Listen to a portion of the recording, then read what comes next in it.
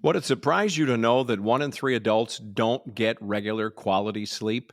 Maybe it doesn't, and that's not good because quality sleep has a direct correlation on our overall health. This is a Healthier Michigan podcast, episode 154. And coming up, we'll discuss natural sleep aids and whether they can help improve your sleep. Welcome to a Healthier Michigan podcast, a podcast dedicated to navigating how we can improve our health and well-being through small, healthy habits we can start implementing right now. I'm your host, Chuck Gatica, and every other week we'll sit down with a certified expert and we discuss topics that cover nutrition, fitness, and in this episode, we're focusing on sleep. But in particular, this time, we're diving deep into natural sleep aids. We hear about them, they're advertised everywhere. Can they really help achieve a better night's sleep? With me today is care management physician of Blue Cross Blue Shield of Michigan again, Dr. Angela Seabright. Welcome back. Hi, Chuck. Thanks for having me. Yeah, sure thing. So we're kind of into episode 2. Last episode, we were talking about power naps, something much shorter. But this time, if we start to focus on all the stuff that maybe we get bombarded with of how to get better sleep, it leads us to studies and information. According to UC Davis Health, sleep is one of the 3 pillars of health. And you've talked about this in previous episodes. It promotes improved mental function. It helps maintain a healthy weight. It reduces stress. It improves mood, just to name a few things. However, getting a good quality night's sleep is sometimes easier said than done for many of us. And so in this survey from Gallup, came out in 2022, it showed that 1 in 3 adults do not regularly get the recommended amount of uninterrupted sleep. So for those that are having trouble sleeping, can these natural sleep aids, whether they're like a vitamin or anything else, can they really be a better way to improve our sleep quality? It's a great question. And I think many people turn to sleep aids kind of out of desperation, to be honest, because sleep is such an important component of our health and well being. And when we don't get sleep, we feel terrible, and it can Yeah. have an effect on every function of our body. And for many, sleep can be a struggle. And there are many factors that can influence our sleep.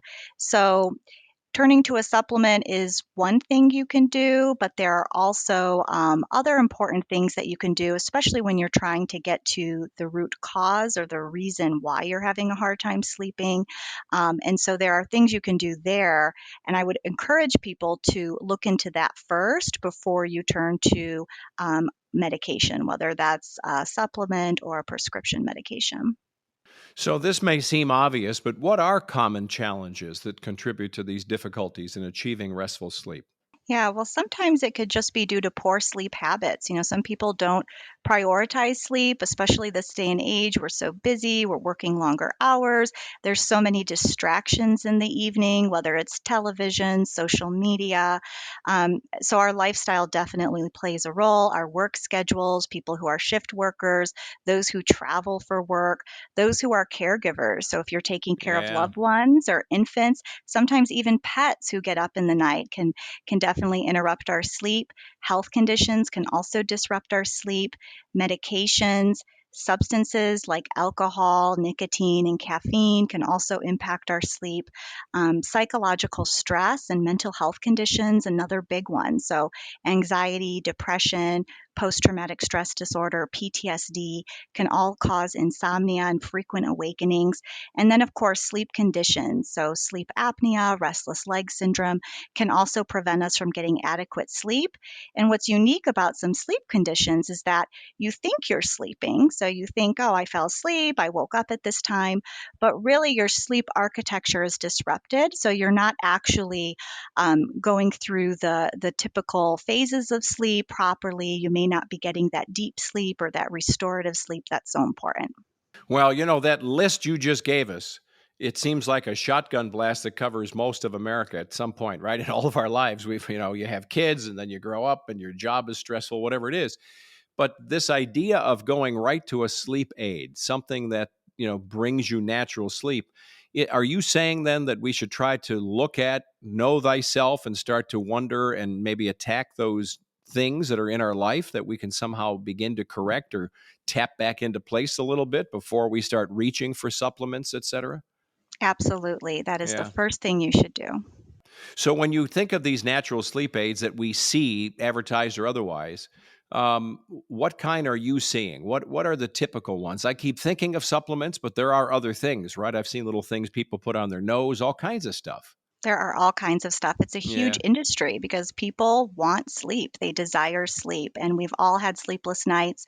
Some people more than others, but it is definitely an industry. And I just want to give a disclaimer that, dietary supplements are marketed as sleep aids, yeah. and but dietary supplements are not regulated by the Food and Drug Administration, the FDA. So there's really no guarantee that what's in the bottle matches what the manufacturer says is in the bottle, and there can be significant variation in the concentration and the purity of the supplements. So there have been some independent labs that go and look at supplements and see is really what's in the bottle, what they say is in the bottle, and you'd be amazed at what they find. So I just want to give that disclaimer when you are looking towards supplements. But with that said, one of the most popular sleep supplements, and it's almost a household name, is melatonin. So, melatonin is a hormone produced by the brain that stimulates sleepiness. So, it's kind of taken on the nickname the sleepy hormone.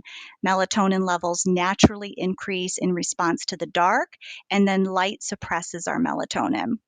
So, melatonin is usually considered safe in the short term, especially for those with jet lag or circadian rhythm disorders. Ah.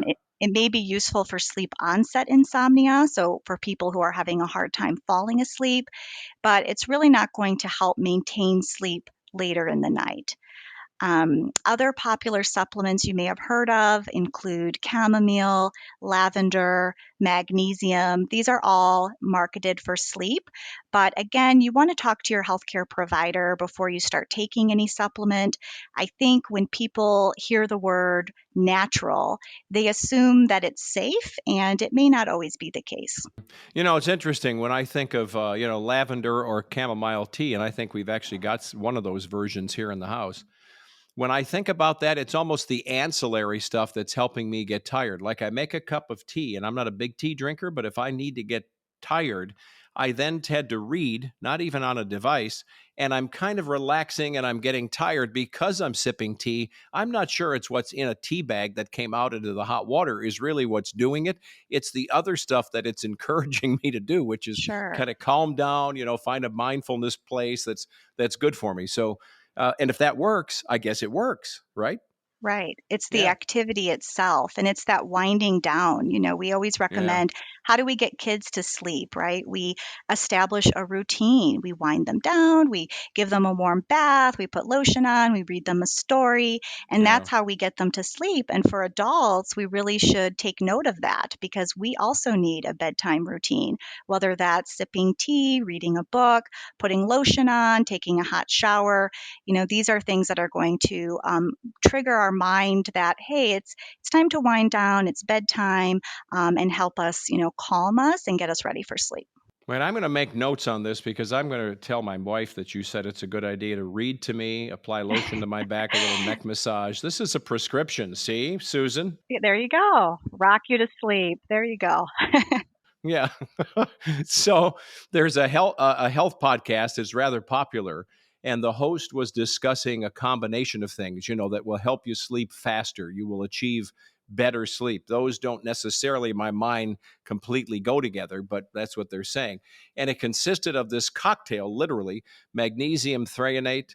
Or threonate, I-theanine, and apigenin.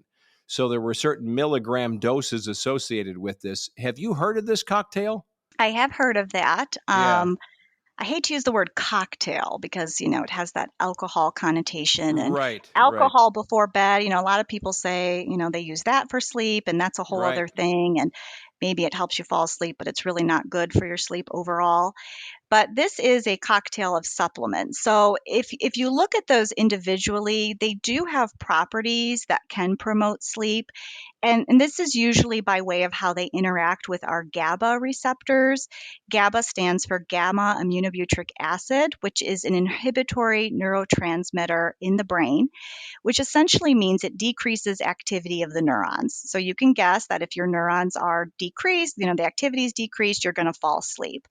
So we can start with magnesium. That's been around for years and years. People have been using it for sleep. And one way to think of that is it's in Epsom salt. So Epsom Oh, salt is magnesium sulfate, and people soak in there to help relax their muscles. So magnesium's been around for a while. It's a mineral in the body. It's responsible for hundreds of functions, from anything from muscle and nerve contraction to blood glucose control. But there are multiple forms of magnesium. So if you stand down the supplement aisle and you're looking for magnesium, you might feel a little overwhelmed. That particular recommendation that you mentioned, magnesium threonate, so that's a form that's more easily absorbed, and animal research shows that it's more effective for increasing magnesium concentration in brain cells.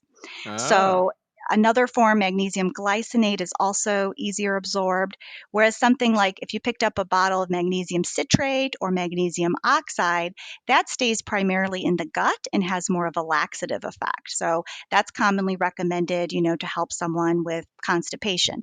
So again, not all magnesium supplements are equal, and yeah. magnesium may not be safe for you to take if you have kidney disease or you take certain medications such as diuretics. So again, you always want to make sure you're talking with your doctor before you start taking any supplements. Theanine is an amino acid which is found in tea. So here's tea again. Yeah. And it does also have an effect on the GABA receptors in the brain, which again is that inhibitory neurotransmitter. It also has effect on serotonin and dopamine as well. Apigenin is a compound derived from chamomile.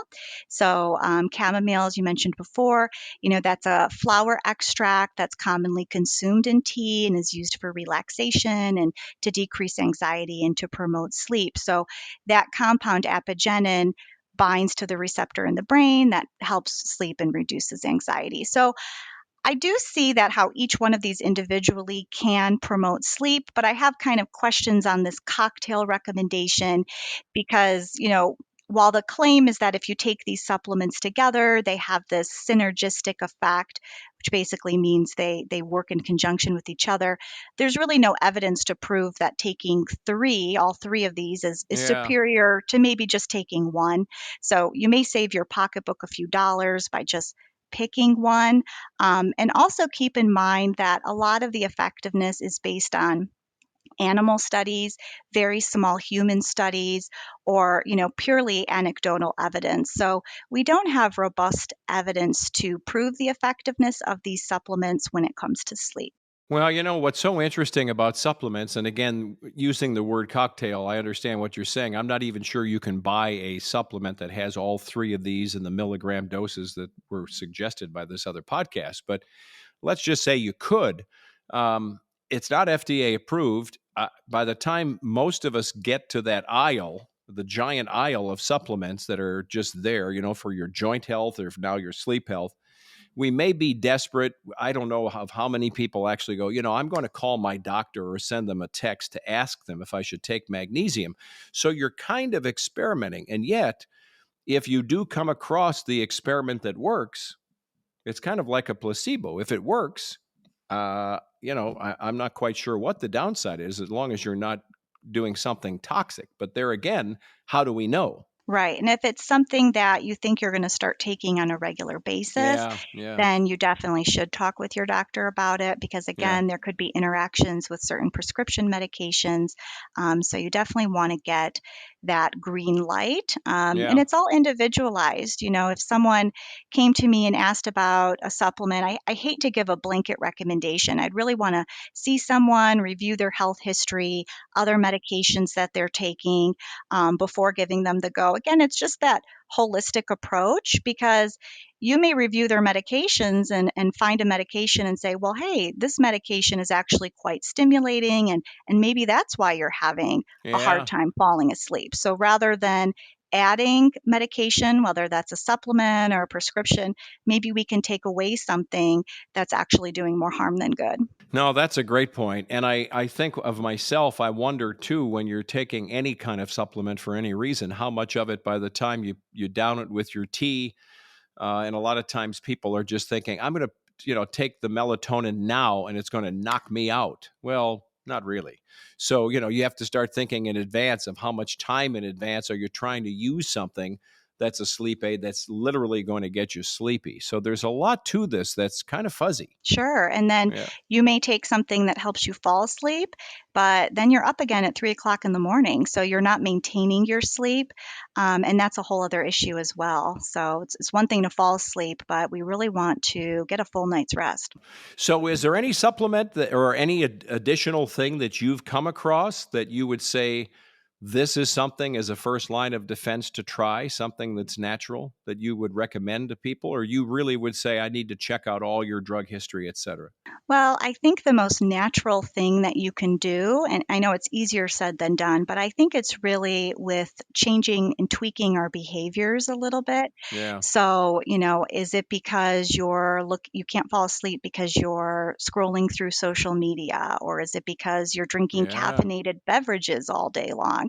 So, I think we can really take a look at our behavior and make some changes there. And, I think that's going to be our first line before we reach for, supplements and medication.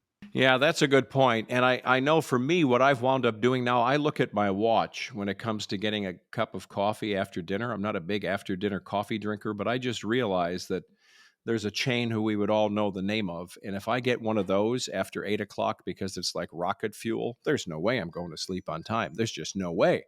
So I now look at my watch, even at home, and I go, oh, I don't think so. I better go for decaf if I really have the hankering for a cup of coffee. So there are those ways that you can start to figure out your body and holistically just deal with whatever it is that you need to deal with, right? Yeah, it's part of that sleep hygiene that Yeah. we've talked about before, sticking to a consistent sleep wake cycle or schedule. So, making sure you're going to bed at the same time, you're waking up at the same time, light exposure. So, making sure that you're getting natural light exposure, preferably, early in the morning, early in the day, so that you can kind of set your clock and that okay, I'm awake. These little things that you do throughout the day are going to make a difference at night. So, it's just very important to make sure that you're mindful of that because, I think we've all heard the phrase, you can't out train a bad diet, meaning you're not going to lose weight with exercise alone if you're eating poorly. So I think in Right. this case, you really can't supplement your way to sleep. I highly doubt that, a magnesium deficiency or whatnot is the only reason you can't sleep. There's got to be something else. And so, you really need to look at it from a holistic standpoint and make some changes. Well, I think that's all good advice. Any other takeaways? Because you've given us so much great stuff here, and at the top of the list for me is this idea of even though you're trying to do this holistically by yourself, talking to your doc is really toward the top of the list to make sure you don't have interactions or you're not doing something else, that is going to interfere with your life. Right. And I think people turn to supplements because they want to avoid taking prescription medicines for sleep and the risks that come with that. So, probably one of the most risk averse things we can do to promote sleep is just tweak our behavior. And when it comes to sleep, small changes can make a big impact. So, whether it's skipping out on that afternoon cup of coffee or, getting some natural sunlight or avoiding screens, these can make a big impact and you can initiate them slowly so it's not such a shock to your lifestyle if you're changing too many things at once. You can slowly integrate them until they become healthy habits. All good stuff. Well, Dr. Seabright, sure good to have you with us the past couple of episodes, and we've learned a whole lot. Thanks so much for having me. Oh, you're very welcome. Dr. Angela Seabright is a care management physician of Blue Cross Blue Shield of Michigan. We're glad you've been with us. Thanks for listening to a Healthier Michigan podcast. It's brought to you by Blue Cross Blue Shield of Michigan. If you like the show and you want to know more, you can check us out in multiple places. First of all, you can go online. It's a newly refreshed website. It's ahealthiermichigan.org/podcast, or you can leave us a review or rating on Apple Podcast or Spotify. You can follow us on Facebook, Instagram, Instagram or Twitter. We've got a YouTube channel for you. And don't forget, you can get all of our new episodes. What are we, 154 now? You get all the old episodes as well. So be sure to subscribe to us. Hit the subscribe button on Apple Podcast or Spotify or your favorite podcast app. I hope you get a good night's rest tonight. I'm Chuck Ganica. Be well.